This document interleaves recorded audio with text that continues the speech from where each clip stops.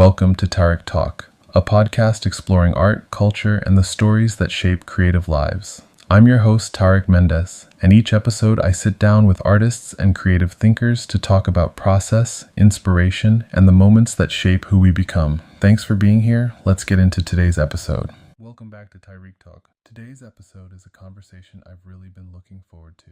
I'm joined by Bailey Coleman, the director of 550 Gallery. In this episode, we talk about Bailey's journey into the art world, what it takes to run a contemporary gallery today, and how 550 Gallery has grown into a space that supports artists, experimentation, and meaningful dialogue. We also get into the realities behind the scenes, curating exhibitions, building community, and navigating the challenges of the gallery world.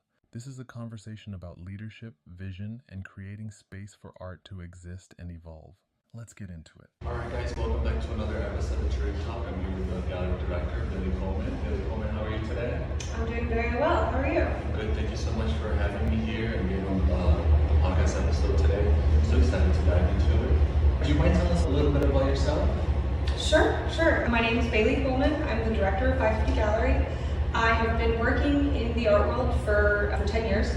Now, I started out at a very small Australian-American gallery called Olsen Gruen on the Lower East Side. That was my very first internship.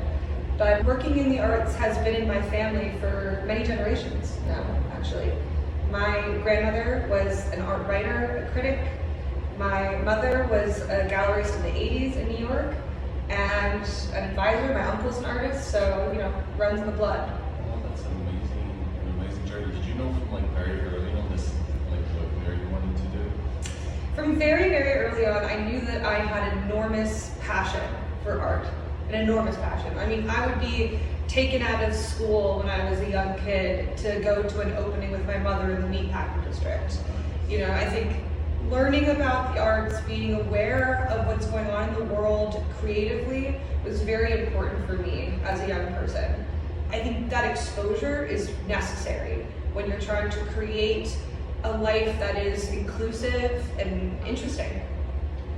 I feel like I would love to watch a movie about that, from your life, probably the last years in New York. I do have a few funny stories. I remember being a child and my mom taking me to the Marina Abramovich retrospective at MoMA, and I was very young, and there was part of the exhibition was, I don't know if you remember the retrospective, but one of her series that she has a hallway with naked people on either side you have to walk through. And if you can sort of use your imagination, if you're a young kid and you're shorter than most people, the angle isn't fantastic. Yeah. So that was formative, I would say. I didn't know they liked kids then. Well, Well, can you tell us a little bit what is 550 Gallery? yes, I would love to, yeah. 550 Gallery is an exhibition and artist-driven space.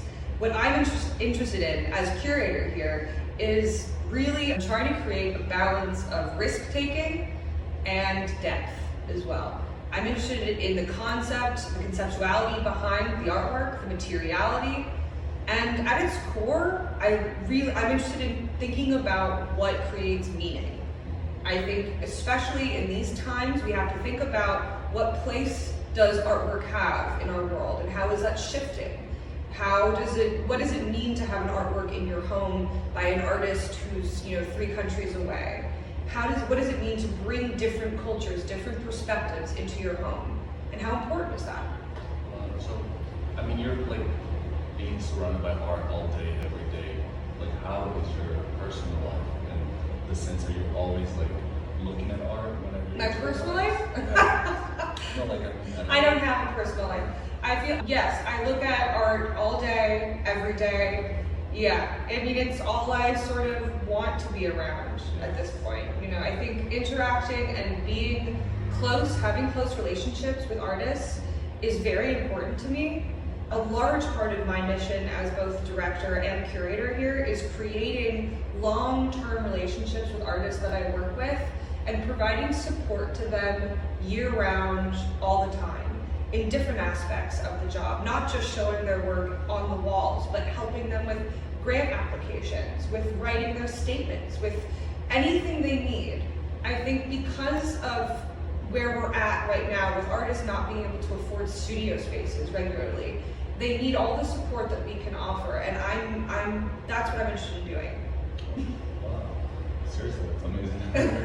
That's the hardest and most rewarding part of the job? The most rewarding part of the job is seeing the look on the artist's face during an opening reception, I have to say. It is really exciting to be able to offer any amount of support that I can to the artists that I work with. And when it's a successful opening, when they're getting the compliments and the praise they deserve, and I can see that happening, that makes me very, very happy. Yeah. What would be the hardest for you? The hardest part, I would say, is that there's a real, I would say the hardest part of the job is just the number of hats that I have to wear as a director. You know, I'm not just a sales associate or a curator or an operations manager. I'm also the bartender, the art handler, the accountant, the PR person. Having to divide my attention so much, that can be difficult when all I want to do is support the artists I work with. Absolutely. And are you able, just a curious question, do you do any artwork yourself? No. Not at all? No, I can't even draw a stick figure. No way. Yeah. Oh my, so you don't do like a little watercolor? No. Red line, Never. Wow, that's so fascinating. I would never. No, I don't touch it. You're like fully devoted to the gallery of arts. That's beautiful. Yeah. Well, I think of myself more as like a speaker, like a sort of vehicle for other artwork. I think there's enough talent in the world that exists that my talents can be used for better in other directions. I'm a writer as well. I would say that my creative outlet would be my writing. Yeah. You're like so. I just thought like you were like this like young girl. You know what I mean? Like that you're so out and so talented. I love learning about you. Really? Oh my god, I missed your birthday. Sorry. I love Scorpio. Gemini. Really? Yeah. Why? I don't know, because I started to like balance everything. I always see like, do the right thing, do justice, not get caught up with mini drama. Yeah. Well, that's the Capricorn thing as well. It's like having to put the blinders on and being like, this is my mission, and like nothing's gonna like distract me from And I will it. not rest until it comes. Yes, exactly. Yeah, and like just like recognizing roadblocks and distractions in my life and my career. That's like I've learned over time how to do that. Like this is a problem, but it's not important. Yeah. How important is community? Community is very important, especially to a gallery like 550 Gallery, where we're Long Island City, right? We're not in the Lower East Side, we're not in Chinatown. We're really on our own in a lot of ways. So being able to interact with the larger community here has been very important for the space. Carlo, who runs the florist shop next door, Floresta, they're fantastic, and he's a good friend of mine. He provides floral installations for every opening. I have friends in all the businesses along the street. We all have to support one another. And really, at the end of the day, this is a small business like any other small business. And the only way that small businesses can thrive is by supporting one another. Absolutely. It's like a community being there for each other. Yeah, exactly. Play days across the way, Mog, there's a bakery. I talk to all of them all the time. We all really try to make sure that we're all sort of giving what we can to each other when we can. And how do you feel an artist is right for this gallery? Is it like a feeling? Is it like a moment? I would first say that I need the artwork to speak to me, which is what everyone says, but it's true. I think that initial sort of spark there's a real truth to it. That spark is what allows me as a curator, as a writer, as a salesperson to be able to engage with the work productively. I would also say that there has to be a level of depth to the work, that it's not just trendy, that it's not just hitting the market. I'm not so much interested in that. I'm much more interested in an artist having a real conceptual depth to their practice and intentionality behind that. Because I want to interact with the work on sort of a spiritual, philosophical level as well as like a decorative level. And what's one myth that you think people have about running a gallery? There are a lot of myths about running a gallery, first of all. But I think the myth that is most wrong is that it's very glamorous, I would say. Yes, there is a certain level of glamour and sort of finesse that comes with running a gallery, but it is a hands-on, passion-driven project that is a daily process and, labor of love in many, many ways. I think that many people in the art world like to pretend that that's not the case, and I'm a big supporter of being more open and honest about the fact that the reason why we all do this is because we love it. And what's a dream project for you? Because you didn't have to worry about budgets. Oh my gosh, you shouldn't ask me. I mean, a dream project, wow. First of all, my dream project would definitely be public. It would be something that the public would be able to see. I'm interested in working with the landscape. So immediately I go to thinking of some sculptural installation that interacts with the world around it. So, I mean, I have a few ideas that have been percolating for a few years that I don't want to get too into, but yeah, I would say a public installation that interacts with the sort of landscape that it's in. I love that. And then if you could go back you now to the younger version of you when you first opened the gallery space, do you have any advice for yourself? A younger me. I guess I would say not to feel in a rush, is what I would say. I think there's a tendency, especially in an industry that is so fast-paced, that is determined often by the market, that exists on a 100% international scale, that there's this sort of overwhelming feeling of always feeling behind.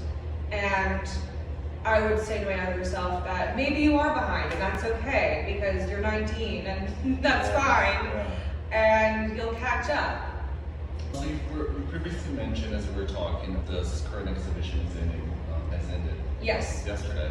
About the upcoming opening, and then what caught my attention is how quick the turnaround is. Because I haven't seen this before. Normally people get 2 weeks, 3 weeks in between, or a little break. How are you able to what energy drink are you taking or coffee machine do you have that you're able to do the turnaround so quickly and efficiently? I love new projects. I love it is sad to bring a show down, but I get really excited for the next show to go up. And when that opportunity happens, I want it to go as fast as possible. And we have a fun time. It's me. I bring my friends sometimes, and we play loud music and take it all down, repaint, have a fun time with it. Yeah. I love that. So I really like hearing that because a lot of people take sometimes things too seriously and don't enjoy it. And the fact that you're able to kind of have a chill moment and vibe out for a little bit. Are you able, once you finish the exhibition process, are you already thinking the next steps? I got to do the press review for this artist's show to come in, or are you able to enjoy the moment? Yes. I would say yes to all of that. I am always thinking about what's next because you have to think. I'd probably think about 9 months ahead at any given moment. However, I am able to stay in the moment, especially when the artist is present, when I have an artist flying in from out of state for an opening. I'm always present for them, especially because for them, this is it. This is what they've been looking forward to for a year, maybe, for 6 months, maybe. And just because I have a bunch of shows coming up doesn't mean that they don't deserve to feel as though for their short period of time, for their 6-week cycle, that this space is theirs. So every show you have is 6 weeks long? Yes.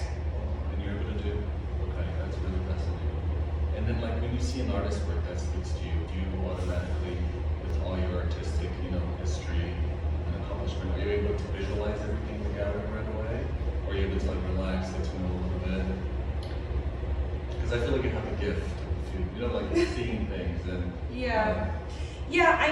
I'm pretty solid on what I want the space to look like beforehand, I would say. Yeah. And when you on your day-to-day, when you go to a museum, something that has nothing to do with your work base, in regards to that, are you able to relax? Or are you always this would look good if it was curated here, or I would change this if I was in charge? Or are you able to just be in the moment and appreciate it, or are you always thinking business-wise and kind of artistically? I think at a museum specifically, museums to me are fun. They are, because it's not commercial. It's not something that I'm looking to sort of adjust. I will say that it is so far removed from my sort of commercial fine art space that I exist in that going there often feels as though I'm on a sort of like pilgrimage almost. Like, if I know that some, beautiful Rothko painting is going up at the Met, like I'm going to see that painting to sort of admire it. I'm not going to sort of criticize the curation or the wall labels or anything like that. It really is more a moment of like reverence for me. Yeah. I mean, I think, not to mention like if you go to the Frick or something, that's a world away. Yeah. And it is beautiful and exciting though to step into sort of history in a way, which is not something that I'm always interacting with. So are you always getting inspired for like future projects and thinking ahead as you step in like or you just like chill out or just like do a little bit of both? I think I'm probably always thinking about the next project, I have to admit. I have a notebook that I take with me, as many curators do, and moving through museums, larger blue chip gallery shows in Chelsea, I often will pull out my notebook and jot a few things down. But that happens all the time. That could be when I'm reading a book, that I'm at a bar and I'm reading a book and I have an idea, I'll put the book away and I'll start just writing an essay about the next show or some fantasy show. Do you ever go back in time, like through like the previous books, kind of get ideas, like see where how far you come, like where you want to go next? That's a really cool question. No, I have never done that, but now I kind of want to do that. Because you're right, I have like a whole line, like a bookshelf in my apartment that's all my like black moleskin notebooks from like the years behind, I think it'd be pretty funny to go back to like 2019 and see what I was interested in back then, for sure. Yeah, that's fun because I also do Yeah. that. Yeah. Oh, wait, mine is like kind of like this. Yeah. It has like a little thing. Yeah, definitely. I think for me, a lot of the writing that I go back to sometimes is essay outlines that I'll look at. The way that I map out essays is it's very chaotic, and I'll look back and see that like, oh my gosh, like how did I even get from there to like the final product? I mean, but then it makes me feel better, that it means that anytime I'm in the weeds, I know that there's gonna be a sort of like light at the end of the tunnel. What's like a spiritual practice for you? I mean, like something that like soothes you if you're under stress, and then like like I'm not having a good day today. I need to like to do something for like my mental health or something for me, like me time. Do you have like any routine for that? I do. I think every good art dealer has to have a routine. I take a bath, and I normally read a book in the bath, and I make a sort of like old Roman concoction for my bath. This is very specific. So I put milk, honey, olive oil, and lemon slices. That's really cool. And that's what I do. And you just soak in there, right? That's fabulous. Yeah. I should try that. I haven't tried that. Yeah, it's an ancient Roman like concoction for a bath.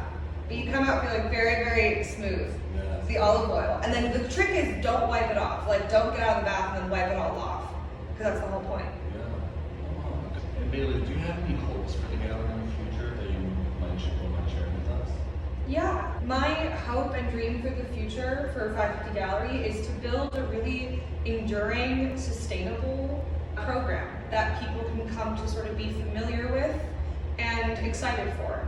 I want us to be known for really trying to amplify new, fresh, risk-taking artistic voices, but at the same time always being aware of the intention behind the shows that we create. I love that. That's really nice.